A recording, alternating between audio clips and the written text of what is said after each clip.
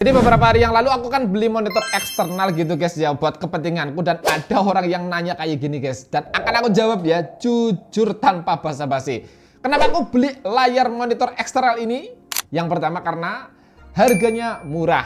Itu harganya murah guys. Kemudian yang kedua karena aku memang orang yang termasuk FOMO-an terhadap merek gitu guys. Kalau sudah percaya ke satu merek yang terpercaya gitu ya itu guys aku beli guys. Nah makanya itu yang jadi dua alasan kenapa aku beli monitor eksternal yang menurutku sih bagus ya, tetapi akan aku jelaskan karena ada kekurangannya juga ya, dan sempat nyesel juga. Tapi ya mending kamu simak ini video sampai selesai lah. Bukan sebuah keputusan yang mudah ya guys untuk beli monitor eksternal kayak gitu ya, apalagi harganya ya lumayan mahal gitu guys ya. Karena sebelumnya pun juga aku sudah memiliki monitor juga ya untuk PC aku ya, tapi ya itu guys monitornya adalah monitor yang jadul guys ya, paling 700 ribuan gitu ya, karena pada saat itu memang penggunaannya itu hanya untuk ngetik-ngetik kayak gitu guys di Excel, di Word itu doang. Dan seiring berjalannya waktu kan kita berkembang guys ya, apalagi sebagai content creator gitu kan kita butuh ngedit juga guys yang kira-kira warnanya itu nggak beda jauh sama kondisi real yang sesungguhnya. Nah aku memutuskan untuk beli monitor eksternal itu guys. Nah jadi yang gue beli adalah LG Ultrafan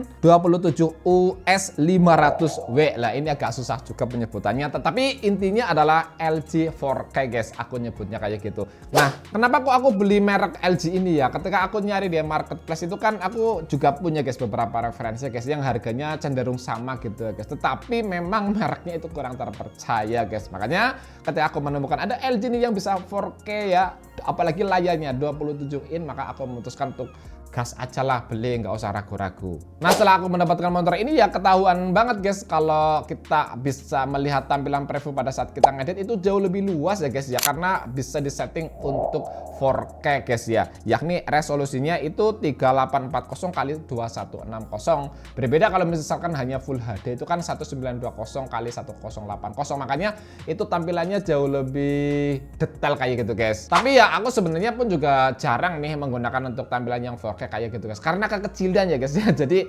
aku lebih nyaman tetap pakai resolusi yang HD aja. Nah terus alasan yang kedua karena memang panelnya IPS guys. Nah ini bagus banget ya kalau misalkan kita baru berpindah dari monitor yang jadul kemudian menggunakan monitor yang layarnya atau panelnya IPS, itu kelihatan banget tajamnya guys. Serius ya, aku nggak bohong ya. Dan ini memang benar-benar bikin kita nyaman, mata kita nggak cepet capek pada saat kita melakukan kerja gitu ya. Pokoknya kalau biasanya memandang monitor itu lama-lama itu kan bikin pegel, terus hilang mood, stres kayak gitu guys. Tapi kalau pakai monitor ini ya stres sih tetap ada guys, capek tetap ada, tetapi mendingan daripada pakai monitor yang jadul. Nah selain itu pun juga karena warna DCI P3 udah 90%, terus juga karena 10 bit guys, dan gradasi warnanya tentu aja jauh lebih halus dan sudah support HDR10 guys ya. Terus juga yang lebih keren lagi ya guys, karena ini bezelnya tipis. Jadi aku memang cenderung suka guys yang tipis-tipis kayak gitu ya, kayak semakin ramping kayak gitu, simple. Dan apalagi kalau warnanya itu putih tulang, nah itu aku paling suka guys dari dulu guys ya. Nah terus juga untuk portnya udah lengkap, ada HDMI-nya 2, terus kemudian display portnya ada guys. Jadi aku juga menggunakan itu seringkali untuk monitor eksternal di MacBook aku ya, dan itu berfungsi guys, enak banget. Jadi kita bisa pakai dual monitor gitu ya, satu monitor di sebelah kiri misalkan untuk browsing, satunya untuk ngedit, pokoknya enak banget. Dan untuk setup PC ku pun juga yang sementara PC monitor jadulku tetap aku pakai dan hanya untuk sekedar browsing aja guys, yang satunya untuk ngedit. Nah jadi ini enak banget lah kalau kita menggunakan monitor eksternal yang seperti ini. Tetapi memang guys jujur ya ada kekurangannya. Ya tentu aja aku maklum sih guys ya, karena misalkan untuk spesifikasi 4K 27 in itu kan memang biasanya harganya mahal. Tetapi biasanya yang mahal itu karena 144 Hz guys. Tetapi kalau yang ini ya hanya 60 Hz. Jadi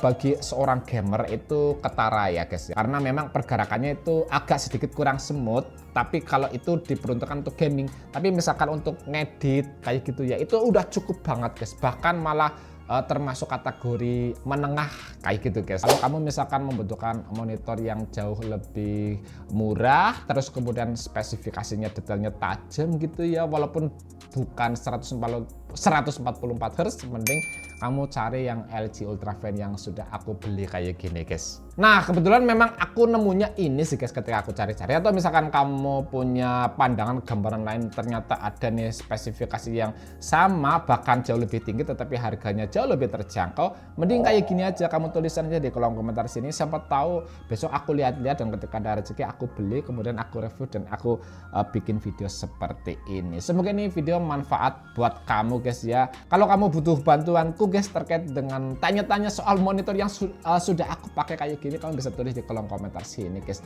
Tulis aja guys apapun itu ya, dengan senang hati aku akan menjawab kayak gitu ya. Semoga video ini bermanfaat guys. Jangan lupa ya guys ya, kalau belum subscribe, tapi kalau sudah subscribe ya tolong ditonton video-video aku. Kalau cuma subscribe doang tapi nggak ditonton ya minimal subscribe dulu, like juga.